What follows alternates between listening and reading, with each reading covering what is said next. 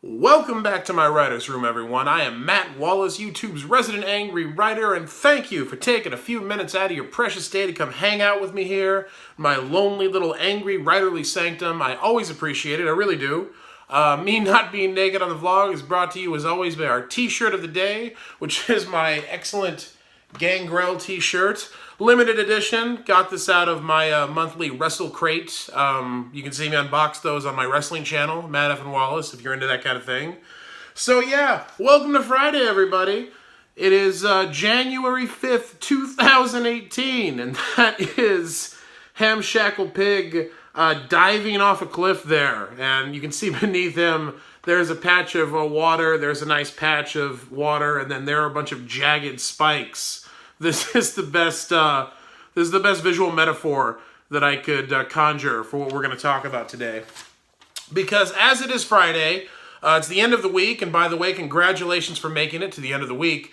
We like to end things with a question. That's what we do at the end of the week here on the vlog. We end things with a question. We found that to be best practices here on Angry Writer. Today's question for Friday, January 5th, doesn't come from me. It actually comes from Stephen Reed. Stephen is a follower of mine on Twitter, viewer of the vlog, and he posed a question that I thought actually would be the perfect way to end the week here on the vlog. Hey, Matt. I know you're hella busy with new job and all now, but I had a suggestion for a vlog topic. To become a full-time writer, what did you give up? I've heard this from a number of writers. To write, or more specifically, to find the time to write, it's about what you give up, like TV, the internet, games, whatever. Would love to hear your thoughts on that. Well, it's funny you should ask, Stephen. I do happen to have some experience with that particular issue and some thoughts on it. No, but seriously, that's a good question. That's an important question. Casey Neistat seems like a great guy, but when I see videos on his page where he casually tells everybody, quit your day job, it's the only way to be a full-time creator, I cringe everywhere, and I mean everywhere, even in my naughty places. If you saw my vlog about don't quit your day job, in fact, you can hear me talk more about that. But yeah, this is an important question, and one that I definitely have some thoughts on, so strap in, because we're about to go deep down the hole. Part 1, the quote-unquote easy stuff, time wasters, not rewards. This is my Xbox. There are many like it, but this one is mine. It's also covered in dust and getting all over my black shirt. I had to dig that out of the closet to show to you because it actually has been over 5 years, I think, since that Xbox was plugged into anything. I don't play it anymore. I still have it because it's a perfectly functioning Xbox, and I still have all my games for it, but I don't play it anymore, which is strange because I used to play it all the time. When I first moved out to LA from Tennessee almost 8 years ago now, I had a shitty little apartment in the Valley that I shared with my good friend Edward Earl Newton, who now does the How to ADHD channel on YouTube, here on YouTube with his wife Jessica.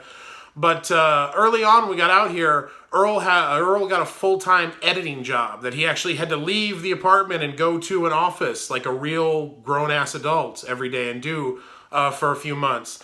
And after a while, he commented to me, I remember, he said, you know, Matt, whenever I leave the apartment and whenever I come back, you always seem to be playing Gears of War. Have you actually done any of that, you know, that writing stuff you came out to LA from Tennessee to do? Which was a perfectly valid point. There was a couple of things with that. One of them was I did play a lot of Xbox, but I could get away with it in those days for a few reasons. I was still in my 20s, and I had the ability to play Xbox all day and then write all night without it adversely affecting my health or my psychological state.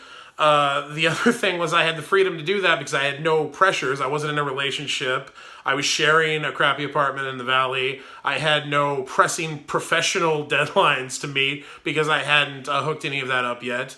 And the other thing was I was able to subsist on very little food and very little money and be perfectly happy with my life. So it didn't matter that I spent too much time playing Xbox and not enough time writing.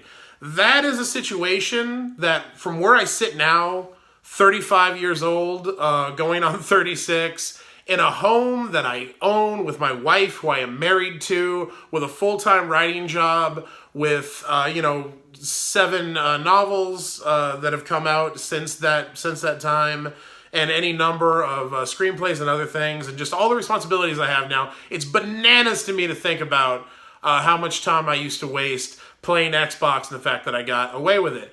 And the thing was, all of that changed when I not only started to take this more seriously, and you may ask, how can you get more serious than moving out to LA to write? It's very easy to come out to LA to write and not take it seriously when you're in your 20s. When I started to take my writing career more seriously, also when I got in a relationship and started to take my writing career more seriously, I found that Xbox was one of the first things to go. And again, that's just it's such a bizarre thing. But for me, one of the big things that changed was not only my situation, but my schedule. Where I sit now, I tend to keep a very regular schedule. I get up in the morning, I work during the day, and then on an ideal day around 5 or 6, I stop because my wife comes home from the office, and I like to make dinner and hang out with my wife, and then go to bed with my wife at a reasonable time. Because another thing that's changed from my 20s is if I stay up past 10:30 now, I feel hungover the next day.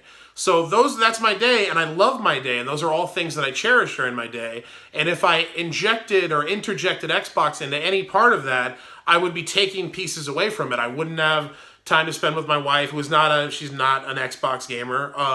I would be taking time away from my writing, or I'd be taking time away from my life, and I don't want to do that. So Xbox had to go for me as a full-time writer. And an adult full-time writer. Now, that doesn't mean you can't be a full-time writer and play video games. That's not what I'm saying at all.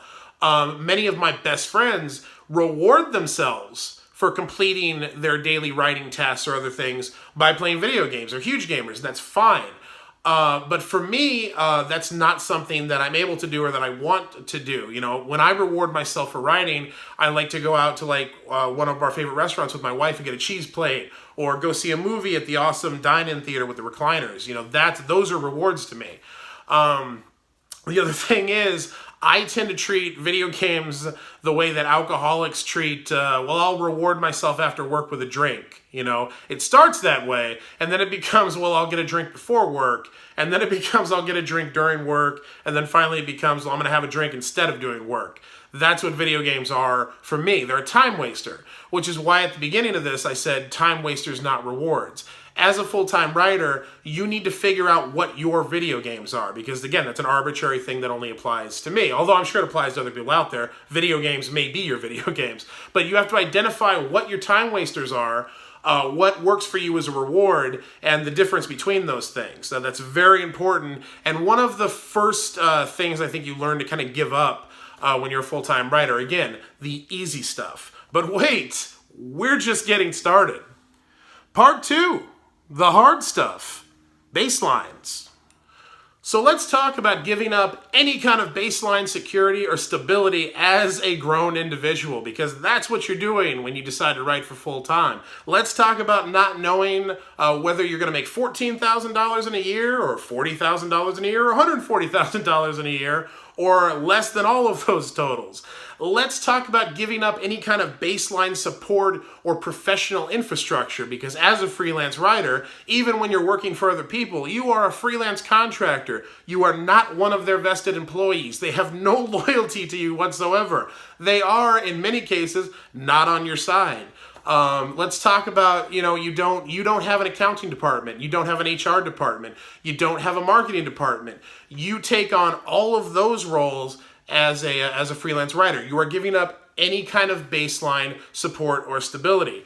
Those are the big ticket items. And money, let's face it, is very important. You can complain about capitalism all you want, and you have valid points, but at the end of the day, it's like being a mammal who complains about having to breathe air. This is who we are and how we live. You need money or they won't let you buy things. And unless you have a really good monetary support system, either from family or a significant other, or maybe you have a trust fund or whatever, when you choose to be a full-time freelance writer, unless you've laid a really good baseline contacts and clients before you make the transition, you are going to be hurting for money pretty quick. You go from living paycheck to paycheck, which is most people with regular 8-hour a day go into the office kind of jobs do. You go from living paycheck to paycheck to living paycheck to, oh my God, I have no idea. I've been eating ramen noodles for 7 days and the rent is 5 days past due and I don't know what the hell's going to happen. And then you finally get a check and you think, oh my God, finally money. And then it hits you, oh, hey, I have to sequester 30% of this for taxes myself because nobody's taking it out for you. And then you think, oh, and I have to pay everything that's stacked up while I was waiting for this check. Oh, suddenly I have no money, and the cycle begins anew. And those are just tangible things. Those are just things. The baseline things that you're losing. Let's talk about baseline emotional support. Because one of the things you give up when you become a writer is baseline acknowledgement and recognition from a lot of people that you'll meet. Because most people in this world don't understand writing as a profession, don't understand that writing is a profession, and don't give you the basic credit of accepting and acknowledging it when you say, oh, well, yeah, I write for a living. Most people have no ability to do that. There's an instant cutoff, an instant disconnect, where what they just heard you say is, I'm unemployed. And it doesn't matter how you explain it to them, that's the attitude they're going to take towards you. And that can be way more taxing, honestly, sometimes, than the money thing. As stressful as the money thing is, again, money, TV, video games, those are things. I'm talking about the emotional, basic human interactions you have with people who don't even assign you the basic value of someone who says, I work at McDonald's. At least people are able to accept that and say, oh, cool, you have a job you go to every day. You clearly have a level of responsibility. I may judge your level of success based on my personal metrics, but you are employed, and I give you some form of credit for that because I'm hardwired to. They don't even hear that. They hear you're unemployed, and they totally take that basic acknowledgement and recognition away from you. And the more you deal with that over the years of being a writer, regardless of your level of success, and I've talked about that spectrum before, people who don't understand this business either tend to think all novelists are rich, like J.K. Rowling, or they tend to think it's not a real job and you're unemployed. There's like nothing in the middle, oddly. There's none of this. Where, in point of fact, most of us tend to live in the middle or in the first third there. Not to get complex with the math on you. And, meeting these people at the other end of the spectrum, that doesn't do you any good either, especially the more of these people you meet, because these people who assume that you're rich and successful just make you feel like crap because they only reinforce, like a dark mirror, reinforce the fact that, no, I'm not that. And you have to explain it to them. No, that's not how it works at all. I'm actually hideously broke. So you're screwed either way. And the more of those people you deal with, and it is a thing that you're going to have to deal with, the more taxing it is on you mentally and emotionally. Take my wife's family, my wife Nikki's family, and I don't want to give you a bad impression of them. They are fantastic people. I've been with my wife 8 years. She met me when I had nothing, and her family that whole time has been unfailingly supportive and encouraging of everything I've done. But at the same time, they don't understand what I do. They still don't really understand what I do. And they tend to default, not maliciously, but just because they don't understand, they tend to default by treating me like I'm unemployed. And they still do that to this day. And it's staggering to me. They assume that, writer equals unemployed. And these are people, I've had 7 books published in the last 3 years. And I bring these books home and I show them to them with price tags on them. They come to my writing events. They come hear me speak at bookstores and do signings next to like Cory Doctorow and Amber Benson. And they still tend to treat me like I'm unemployed. Nikki's grandmother, her 95-year-old grandmother, who is one of my favorite people in the world. When I was looking for the job that I just got now, I remember her saying, oh, that'll be so good. 2 paychecks is always better than 1 paycheck. Like, as if Nikki is the only one who gets paid around here, which is not true. Like, you can certainly, for a lot of the time that I've been with Nikki, say that I've been sparsely employed. I've had good years and bad years, way more bad years, certainly. But I was working every day and I was making money, just not a lot of it. And that tends to get completely dismissed. And these are people that know me well, know me every day, let alone strangers you're going to meet out on the street. So yeah, both tangible baselines and like emotional, ethereal baselines. are two really big give-ups that you're going to have to deal with if you are going to do this full time. And they both tax you in separate but equally strenuous ways. Part 3, the really hard stuff, the 3 a.m. type shit. So one of the things you'll hear from working writers when they talk to you about transitioning to writing full-time is they'll make some pithy, joke about, oh, get ready to lose a lot of sleep. You won't even remember what sleep is, haha. They talk to you like as if they're new parents, describing having a child that keeps them up all the time. That's not inaccurate, but past that superficial chuckle, they don't tend to delve very deeply on that, which is a shame because they've skirted the surface of something there that's very important that not a lot of people are going to tell you about when you do this. Yeah, you'll lose sleep, but what they mean is you'll lose sleep because you just have so much writing to do and you can't find the time to do it. You've got deadlines and you've got separate revenue streams and separate projects you're working on that you have to attend to, and admin that you have to do yourself, and you've got writer's block and all kinds of writing related shit to deal with that's going to keep you up. And that can and will be true. But there's also another reason that you're going to find yourself losing sleep when you're a writer, and that's when we get to the really hard stuff that you give up when you do this. And what I'm talking about is any defense against crippling, seeping, undeniable fear that will find you in the quietest moments of your life, particularly when you lay awake at 3 a.m. And that fear runs a spectacular, thoroughly fun, kaleidoscopic gamut of things.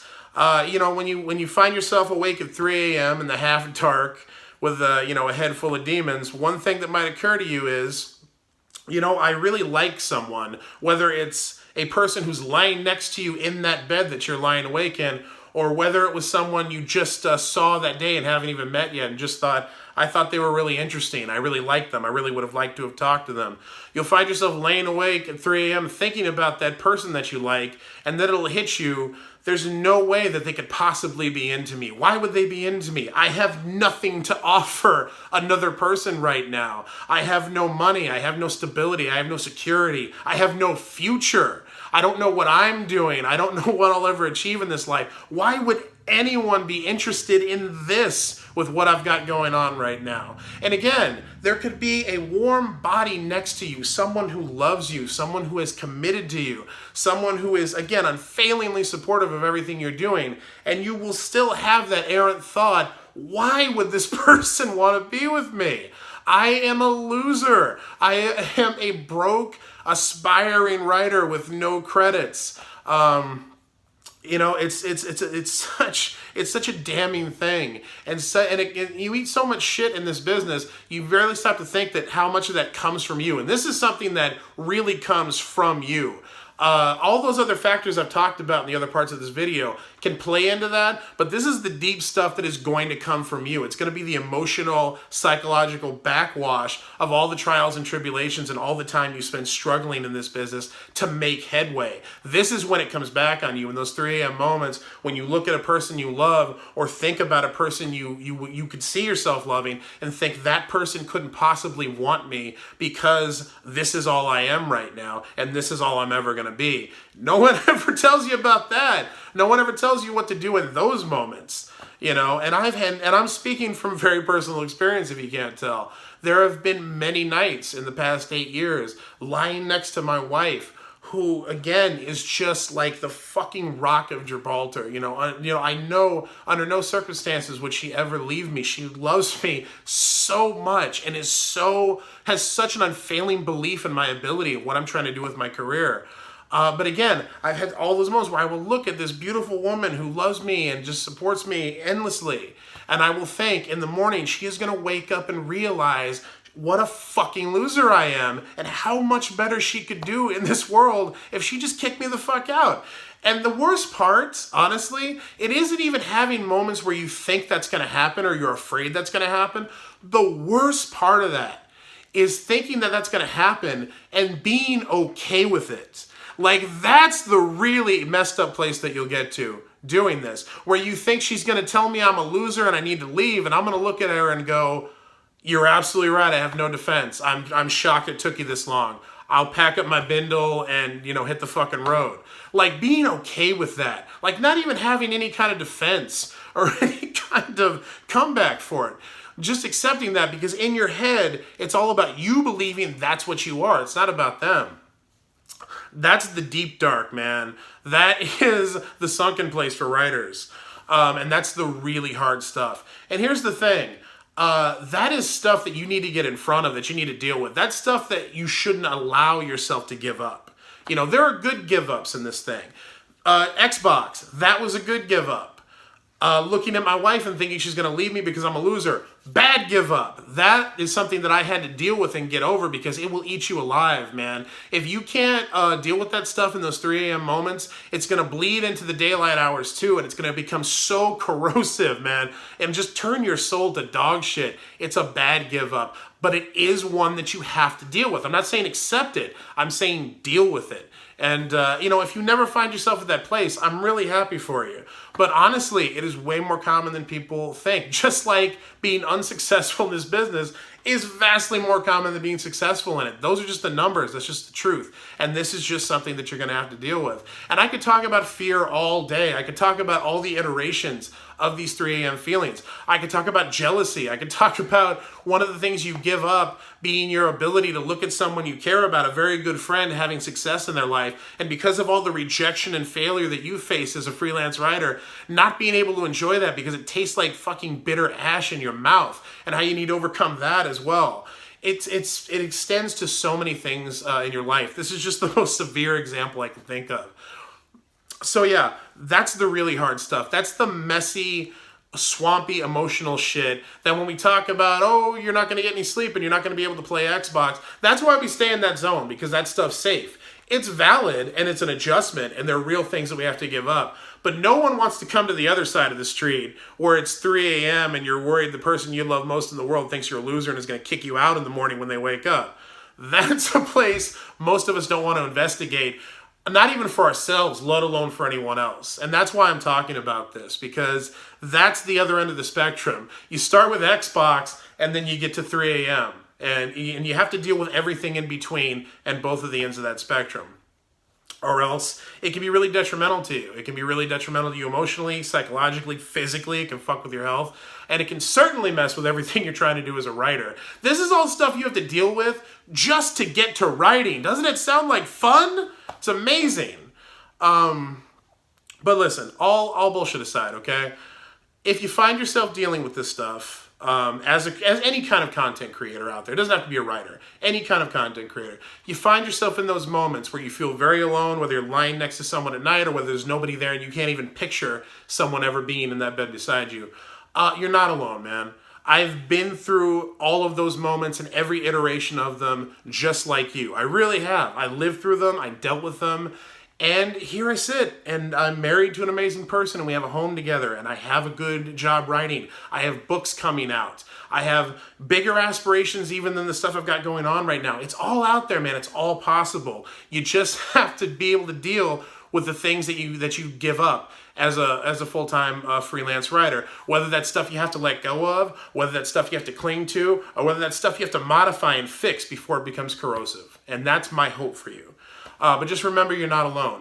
It can be done. I'm someone who's done it. I want that for you. I'm there supporting you, whether you see me or not. I'm always there. I'm very Tom Joad in that way. But yeah, so that is the hardest give up. Again, you got to reclaim it. Thank you, Stephen, for the question. I hope everyone was able to take something worthwhile from this video. If not, enjoy it. I know I went to some dark places, but they were necessary to go there. And if you live this kind of life, or you aspire to live this kind of life, I really think it was important to talk about those things with you. I hope you were able to take something meaningful from the vlog today.